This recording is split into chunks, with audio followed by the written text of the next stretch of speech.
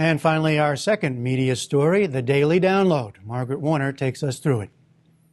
It's been a lively week in politics, and it's time to turn to our regular look at how the presidential campaign is playing out in social media and on the web.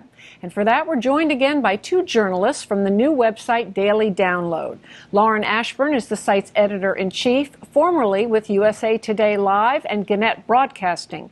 And Howard Kurtz is Newsweek's Washington bureau chief and host of CNN's Reliable Sources. And welcome back. Thank you. So let's start with the top campaign news this week, which is, of course, Mitt Romney sweeping all three primaries. Now, the mainstream media, the tenor of the coverage has been really on Romney as the all but inevitable nominee and really the likely matchup with President Obama. Is that what you're seeing and reading on the conservative and Republican websites and blogs? I had thought, Margaret, that with the pundits basically kind of shooing or attempting to shoo Rick Santorum out of the race, that a hearty band of his supporters would take to social media and demand that that's not the case. But on Twitter, the overwhelming majority of messages were in fact kind of denigrating or ridiculing Santorum. One person wrote, "Bye-bye Ricky," and another person wrote, "Rick Santorum staying in this campaign is like me hanging on to my Mega Millions ticket." So he's not getting a lot of love, at least on Twitter. So are you seeing a shift really on certain websites calling on Santorum to gracefully withdraw? I have either seen pundits and commentators and columnists calling him to withdraw or saying it's irrelevant what he does because we in the press are just kind of declaring this over and he can try to win his home state of Pennsylvania, but lots of luck. I've also seen today, especially as we're heading into this Easter weekend and he is pulling back from the campaign, that a lot of people on Twitter and on Facebook are saying, well, you know, when you come out of 3 days, good luck in gaining that momentum again. And there's really sort of a strong feeling like he's hurting himself by taking the holiday. Another story or another development that seems to be attracting a lot of attention is this gender gap that's been registered between President Obama and Mitt Romney. I think the Gallup had it at something like 18 points. Now, 18. You all have looked at a website that both campaigns are using to try to appeal to women voters called Pinterest. Pinterest. What is Pinterest? Well, you're interested in pinning. Pinning is putting pictures up on a virtual photo board. It's a new social media website. And you pin the pictures that you like. And they could be food. Oh, it's very popular. It could be food, all these different things. 17.8 million users, take a look at the graphic here, are on it. Most of them, Margaret, are female. More than 90%. I saw one statistic from TechCrunch say it was 97%. That explains why I don't quite get it. Well, and this is just now or all the time? It's bigger now, isn't in February, right now. It's been around about 3 years, but look at that growth rate, 52%. And that was in February. Alone, yeah. In February alone. Well, show us how the campaigns are trying to use it. Take a look at this picture right here. So Ann has 12 different boards. This is Ann Romney. This is Ann Romney, correct. She's the one who's driving this Pinterest account. It really does have a personal flavor. You see she posted a picture of Mitt with the grandchildren. There are lots of other pictures of him, very casual to get rid of the stiff image that he's had. Reading to grandchildren and the kind of behind-the-scenes family photos that it's easy for those of us in the news business to kind of dismiss as hokey, but I think really does serve to show us a different side of Mitt Romney, and who better to provide that than his wife. And another board that she has, recipes. This recipe right here is for butternut squash soup, and it's from her sister-in-law, Mary. And so then different people can post comments underneath this, and then they can repin these photos to their wall. This is the thing I like about Pinterest, is the mouth-watering pictures of the food. Oh, that's it. That's what the guy gets. Yeah.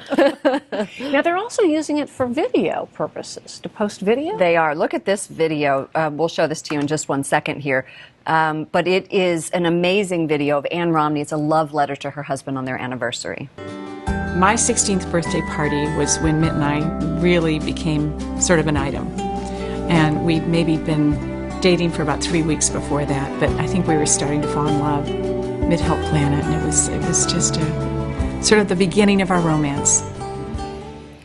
Now, Margaret, no network would air that if it was submitted by the campaign, but you can circumvent the mainstream media by going to Pinterest, reaching these women voters. And by the way, isn't there a recipe for Mitt's meatloaf? Yeah, there was. So, well, everybody's calling it meatloaf. It's actually meatloaf cakes that he loves. But that's kind of touching, and I think would appeal to a lot of women potential voters who love this website. Mm-hmm. Right, very true. Now, how is the Obama campaign using it? A little bit differently. It's managed by the campaign. This Ann Romney seemed to be much more managed by her, or, or her somebody. voice. Right. It's Yeah. very much her voice. But this is very advocacy oriented. And Barack Obama is not personally doing the pinning. Is he asking Michelle to do it for Gosh, him? I think he's running the free world, but I could be wrong. So take a look at this one right here. This is one of the boards. He has about 7 right now. This was just posted a few weeks ago called Faces of Change. This is a picture of a woman whose life was saved because of the Affordable Care Act, right. And so they have lots of pictures of women and men under this who have benefited from the legislation and the work that the administration has done. There are behind-the-scenes photos of the president meeting with ordinary voters to give you a nice Oh, feeling. I have one of those. Let's take a look. Let's look at it. Here we go. And I'm not surprised. There we go. I'm not surprised. This is a very technologically savvy White House that uses a lot of social media, a lot of websites to convey the message visually as well as in text. And isn't there some sort of contest going on? Well, it's interesting. Margaret and I were talking about this earlier, how they're using this site not just to give information, but to get information from people. And so this right here was a contest. Win dinner with the Obamas. And For a small contribution? So you click on the link, you see this, and then you click on the link, it goes to BarackObama.com, and then they say, come on, join us, make a $3 contribution, and you too could have dinner. But And this then they have this your contest email, is and they can go closed. back to you again right. and again. But is it fair to say that at least when it comes to the culture of this website, that what the Romney campaign is doing is more in keeping with that culture? Very true. What I love about Pinterest, and I tried to get this guy to join a long time ago, but he said it wasn't worth it, is that it's very picture oriented and there are no ads.